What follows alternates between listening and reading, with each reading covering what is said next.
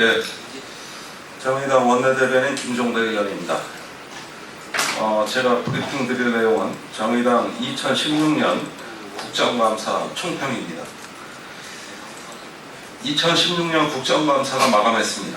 정의당은 6명의 의원들이 나름 최선을 다해 노력했습니다만 이번 국감은 여러 문제가 드러난 국감으로 평가할 수밖에 없습니다. 이에 정의당의 2016년 국정감사 총평을 아래와 같이 국민 여러분께 보고드립니다. 첫째, 2016년 국정감사는 반의 반쪽 국감 또는 4분의 1의 국감이라고 부를 수밖에 없습니다. 이번 정기국회를 반쪽으로 만든 것은 새누리당이 벌인 초유의 집권 여당 국감 거부 사태이며 그 반쪽 국정감사를 다시 반쪽으로 만든 것은 새누리당의 증인채택 방해와 정부의 피감기관의 자료 제출 해태 및 부정확한 자료 제출입니다. 결과적으로 이 올해 국정감사는 4분의 1 국감이 되어버렸습니다. 그런 점에서 정부와 새누리당을 강력히 규탄합니다. 둘째, 정부와 새누리당의 증인 빼돌리기 전략은 국감 역사에서 최악의 사례로 기록될 것입니다. 새누리당은 늦은 국감으로 만든 것으로 모자라 증인 채택을 방해하고 감추며 숨기는 전략으로 일관했습니다. 이는 집권 여당의 증인 빼돌리기 전략이며 결과적으로 국감 방해 전략입니다. 이러한 행태에는 대통령도 예외가 없었습니다.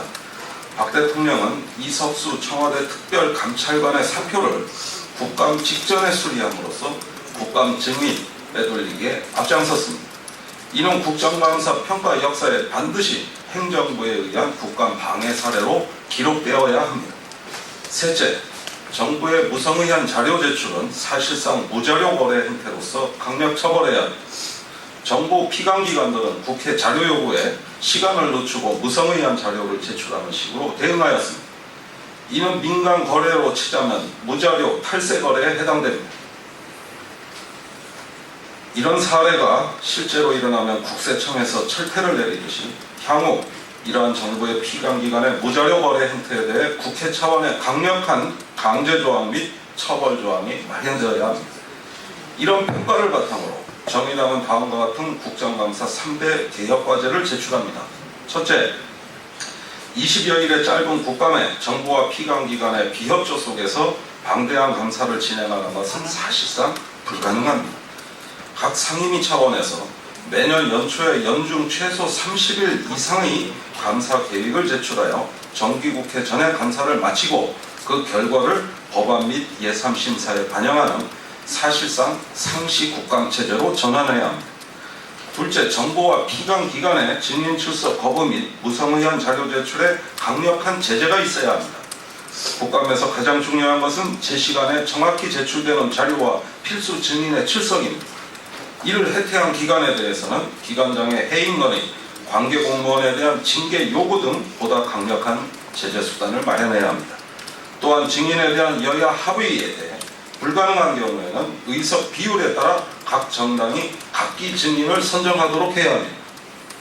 셋째, 방대한 국감 운영을 효율적으로 하기 위해 반 혹은 소위원회 운영의 활성화 및 충분한 질의응답의 시간 확보가 필요합니다. 소위원회 운영을 활성화하면 해당 소위원들은 시간의 제약에서 벗어나 더욱 심층적인 국감을 진행할 수 있을 것입니다. 정의당은 이번 국감의 슬로건을 노동, 정의, 안전, 평화 4대 과제를 중심으로 한 희망 만들기 국정감사로 제시하고 희망의 창문을 열어젖히기 위해 최선을 다했습니다. 첫째, 노동과 관련해서 공공기관의 비정규직 문제와 사기업의 열정피해 문제에 대한 성과를 냈습니다. 둘째, 정의는 미르케이 스포츠재단 의혹 폭로 및 정경련 해상 결의안을 제출하였습니다. 셋째, 안전은 가습기 살균제 성분의 치약 사용 문제와 KBS 지난 재난방송의 문제점을 폭로했습니다.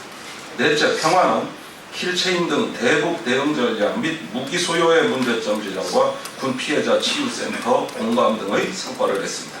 이외에도 정의당의 의원단 성과는 다양합니다만 2016년 국정감사 평가는 국민 여러분의 몫입니다. 각 의원별 자세한 성과는 별도로 보내드린 보도자료를 참고해 주시고 이후 예산 심의 및 민생 입법 과정에서도 정의당의 활약을 지켜봐 주시기 바랍니다. 감사합니다.